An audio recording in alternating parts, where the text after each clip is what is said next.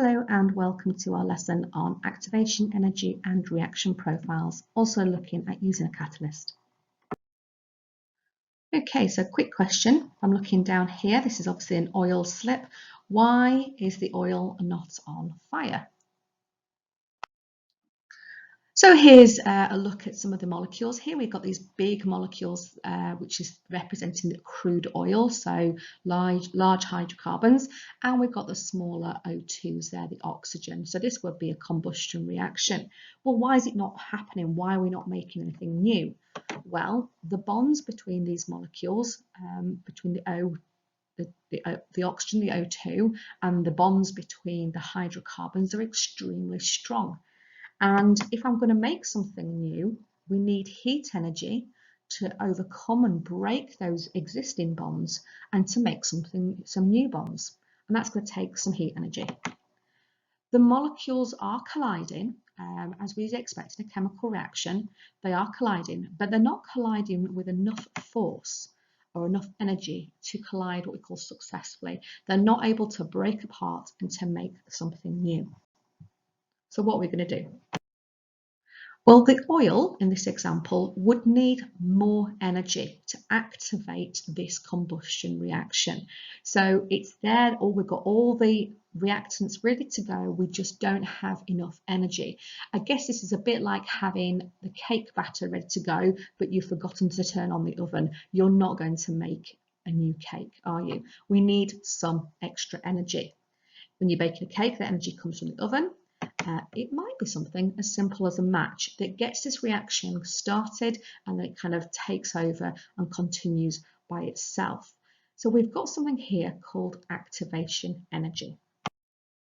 Okay, so you can see here I've got some red arrows this time suggesting some more heat energy, some more thermal energy. The energy needed to start this reaction then is called the activation energy. Think about what that word means. To activate something is to start something. So to get this reaction going, we need some activation energy. What that means is the molecules are now moving faster. They have more energy. We know that particles move faster if they have more energy. That's why gases have more energy than a solid. And they are colliding again, but now this time they are colliding with enough energy or enough force to start breaking existing bonds and to start making new ones. So now we have a successful chemical reaction. The core concept then is that activation energy is the minimum amount of energy needed to start a reaction. And it will depend on what chemicals you are using as to the amount of activation energy. So something like a hydrocarbon isn't going to need a lot of activation energy to get going, whereas something like rusting is a much slower process and would need a lot more activation energy for that process to start. Okay, so let's look at this graph here. Now this is called a reaction profile. First of all, green box, very important. A reaction profile shows the change in bond energy. So this is telling me how much bond energy I started with and how much bond energy I'm finishing with. It's not showing me thermal energy and it's not talking to me about the temperature, so be careful, otherwise you're going to get it the wrong way around. This line here is telling me the amount of energy my reactants have. Okay, so I've got quite a lot of energy there in my reactants. And this line here is saying I've got this much energy or bond energy in my products. So my bond energy has gone down. This little lump here is the extra energy I've got to add into the chemical reaction to make it work, to make it start. And so this is our activation energy. Now notice please, the activation energy, the blue arrow goes from the level of reactants and it touches the top of the lump, if you will. In an exam situation, if it doesn't touch that line and it isn't on a level with the reactant line, you will lose the mark. It's got to be quite specific. Between the reactants and the products, and again notice please, I've tried to, it's a bit difficult on a computer, the blue arrow is touching the reactant line and it's on a level with the product line, and that is my energy change. And you'll notice my arrow is going down because I have lost bond energy, it's reducing. And this is the reaction profile showing energy change. So is it exothermic or is it endothermic? Have a look. The reactants have got more energy, more bond energy than the products. I have lost bond energy. If I've lost bond energy, I've got to have increased my heat energy. So my temperature would have increased. I'm looking at an exothermic reaction, aren't I? So the core concept here is that reaction profiles show the change in bond energy.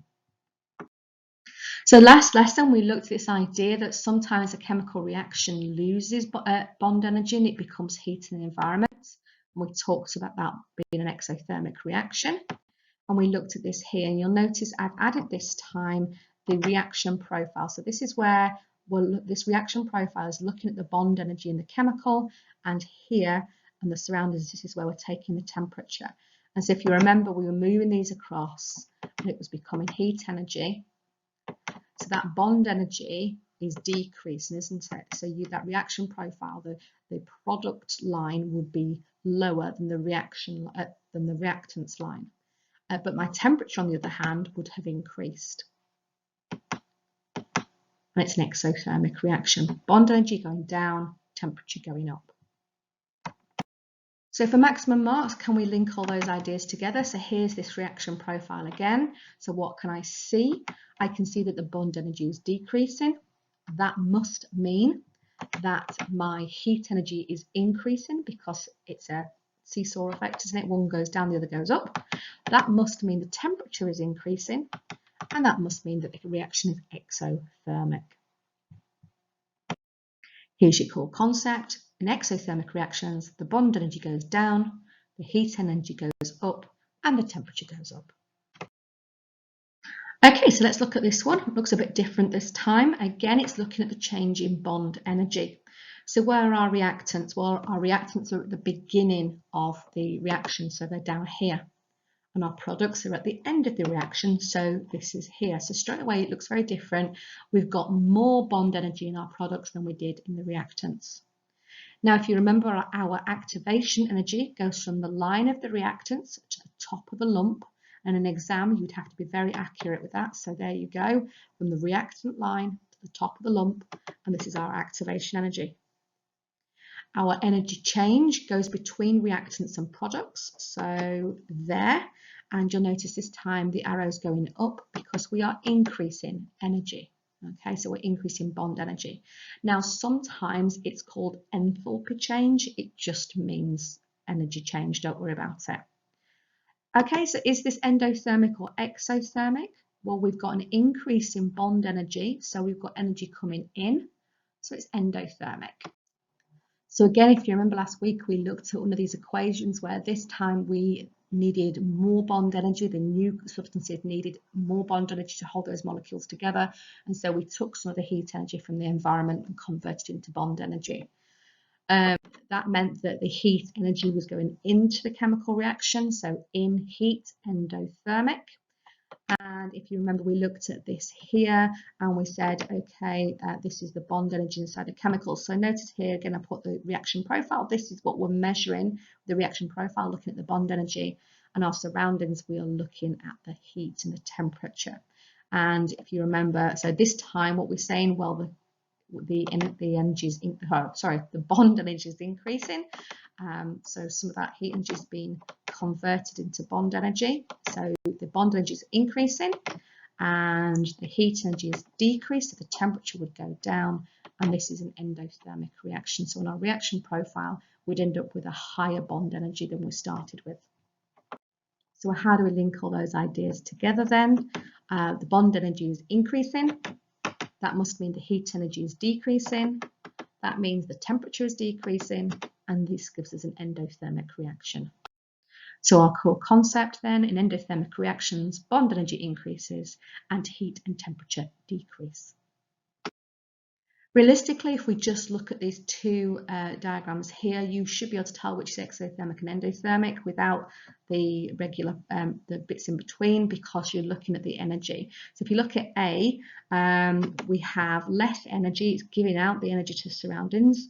so that's exothermic. And with B, we've got more bond energy, so it's taking in energy, and so that's going to be endothermic. So you're just looking at those levels of bond energy in the reactants and the products. Okay, so pausing the video and have a go at these questions for me, please.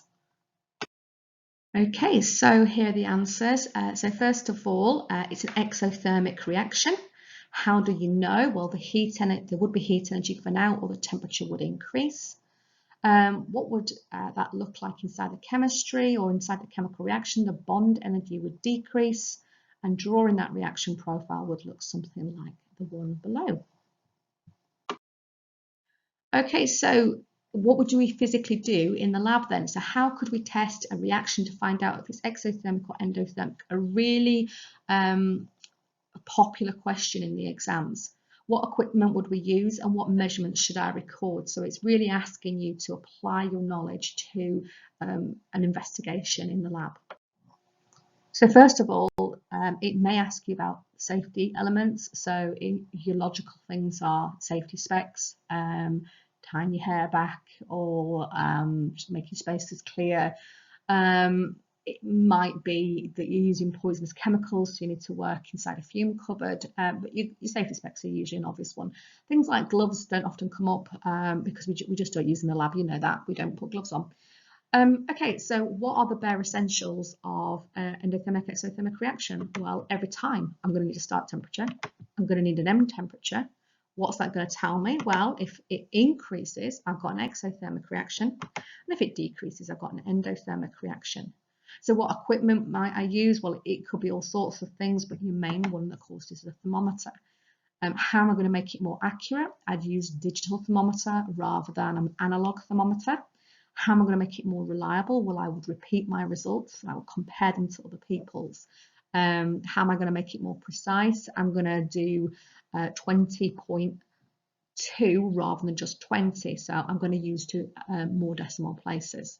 So just think about it, guys. It is really logical. It's really obvious what you should be doing. So just finally today, I want to consider what happens if we use a catalyst in one of these reactions. Well, a catalyst, we know, speeds up a reaction without being used up. What would that actually look like on a reaction profile?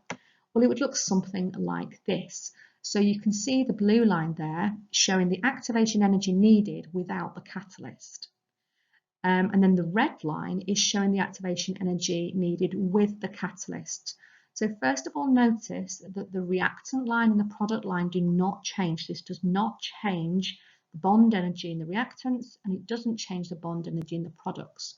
All it does is use or require less energy to get it kick-started. Now it does that by providing an alternative pathway which requires less activation energy, and that's if you want to look at that, there's videos on that in Unit 5. But for now, look at that reaction profile and just recognise that all you'd be expected to do is to draw the smaller lump. That's what they're looking for. Draw the smaller lump, and that is the activation energy with a catalyst. It requires less of it. So here's the final core concept for this lesson. A catalyst speeds up a reaction without being used up by providing an alternative pathway which needs less energy. Okay guys, that's it for today. I'll see you later.